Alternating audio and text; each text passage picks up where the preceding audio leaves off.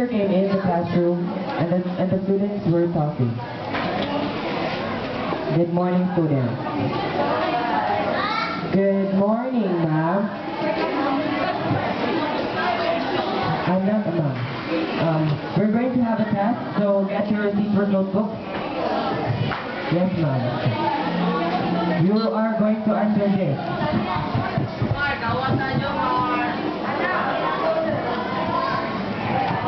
Oh my God, what's the answer? What's the answer?